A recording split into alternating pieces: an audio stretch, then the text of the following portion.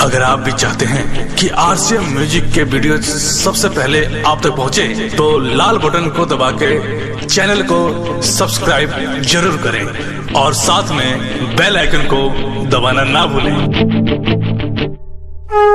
प्रेम से बोलिए सरस्वती मैया की।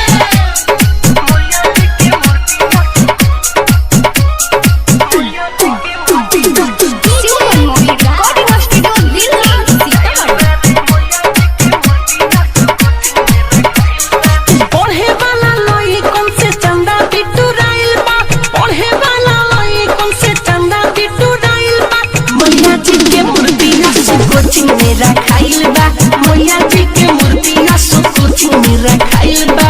नाचे खातिर भगवती में डीजे भी बनाइल बा, नाचे खातिर भगवती में डीजे भी बनाइल बा। अरे मैया जी के मूर्ति असो कोचिंग में रखाइल बा, मैया जी के मूर्ति असो कोचिंग में रखाइल बा रे।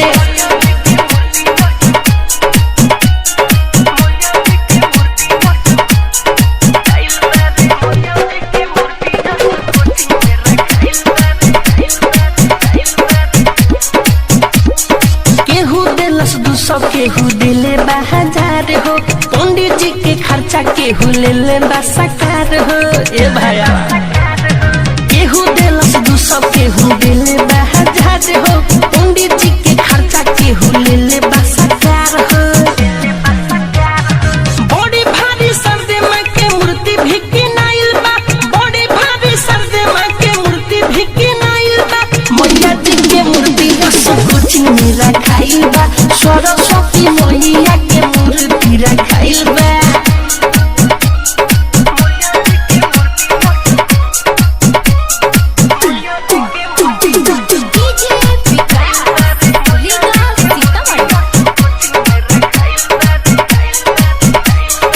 उहे हई कापी उहे हई कलम हो, बाहर के आदित्य राज के उन्हीं के अलम हो।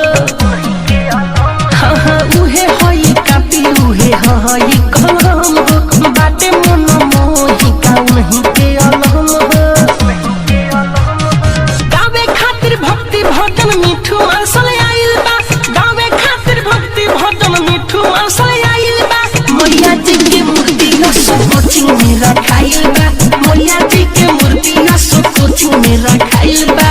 नाचे खातिर भगवती में डीजे भी बनाइल बा, नाचे खातिर भगवती में डीजे भी बनाइल बा। अरे मैया जी के मूर्ति असो कोचिंग में रखाइल बा, मैया जी के मूर्ति हमारा कोचिंग में रखा है।